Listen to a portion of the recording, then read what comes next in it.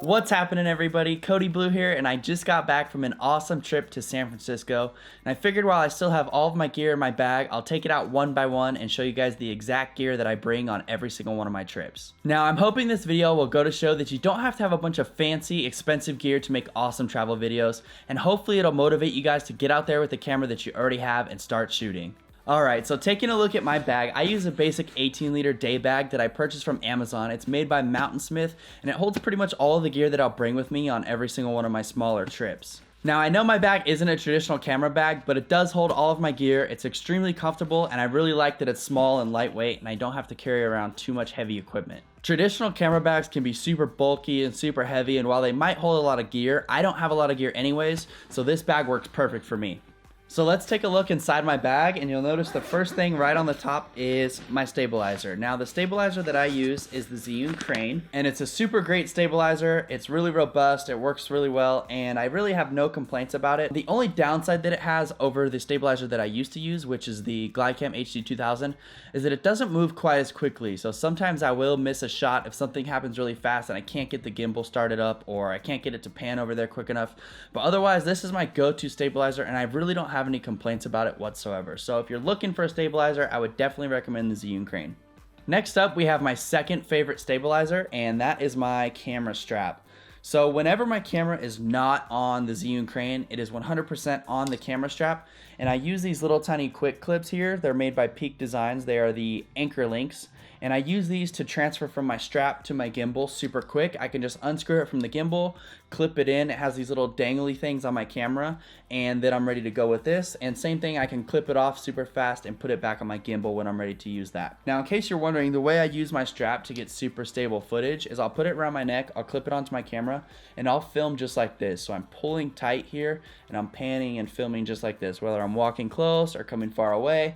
But I just leave it on the strap like that, and I use the strap as a third anchor point to keep my camera nice and steady. So if you don't have a strap or you don't have a good strap, I would definitely recommend getting one. This one actually has my last name embroidered on it. My girlfriend got it for me from Etsy.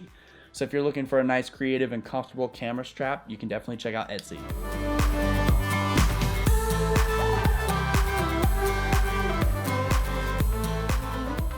Alright, so now the gear that you guys are probably most concerned about, and that's my camera gear. Now, I keep most of my camera gear in this Tenba bag. This is the BYOB series that Tenba makes, and that stands for Bring Your Own Bag. So you just pop your camera gear into these little inserts, and then you put the inserts inside whatever bag you choose. Now, inside this bag, I keep my lenses and my camera body.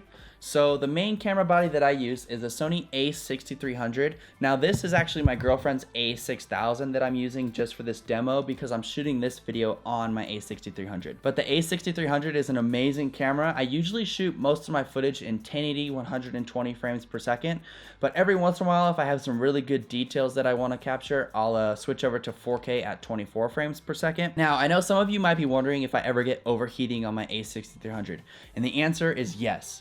Occasionally, I do get overheating on my camera, and it's really annoying. You have to turn it off, take the battery out, let it cool down, things like that. But that's not to discredit the camera at all. It is a great camera. The image quality is phenomenal, and I would still recommend it if you're looking for a camera that's less than $1,000. For that price, I don't think you're gonna find better video quality. So now we'll talk about the lenses that I use. You guys might be surprised to hear, but I only use 2 lenses. I know a lot of YouTubers out there are like, they have the 24-70, they have the 16-35, they have the 100mm macro, they have the 50mm f1.2, and for me that's just an overkill. I really only need 2 lenses for the type of videos that I'm shooting currently. Now, one of my favorite lenses is the Sony 35mm f1.8. Now, I do use all native Sony lenses because I shoot all of my footage with autofocus turned on.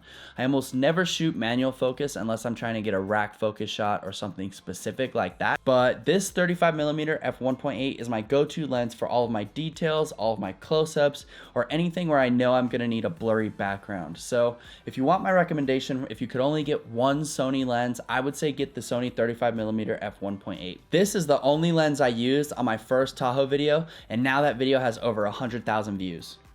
The second lens that I use is my zoom lens, and it's my only other lens that I ever use on my a6300, and that's the 18 to 55 millimeter kit lens. Now I can't show you guys that lens right now because I'm actually recording this video with that lens, but I will roll some B-roll so you guys can see what that looks like. This is the lens that I shoot almost all of my footage with. If you guys watched my Tahoe 2 video, almost every single shot in that video except for the close-ups was shot with this 18 to 55 millimeter lens. Now I know that might be surprising. A lot of you guys are probably wondering how I'm getting such good quality out of a kit lens, but really I think the quality is just fine whether or not it's a kit lens and whether or not you spent $1,000 on it. So this kit lens pretty much never leaves my camera. I'll shoot all of my wide shots with it, and I'll even shoot a lot of my close-ups with it too. The only time I'll switch to the 35 millimeter is when I'm really trying to get those detail shots with a nice blurry background. So if you guys are looking for a nice mid-range zoom lens, I would definitely recommend the kit lens. It is the 18 to 55 millimeter kit lens, not the 16 to 50 power zoom lens. Don't let the fact that it's a kit lens put you off from getting it. It's only a little bit over $100 anyways, so you might as well try it out and see if you like it.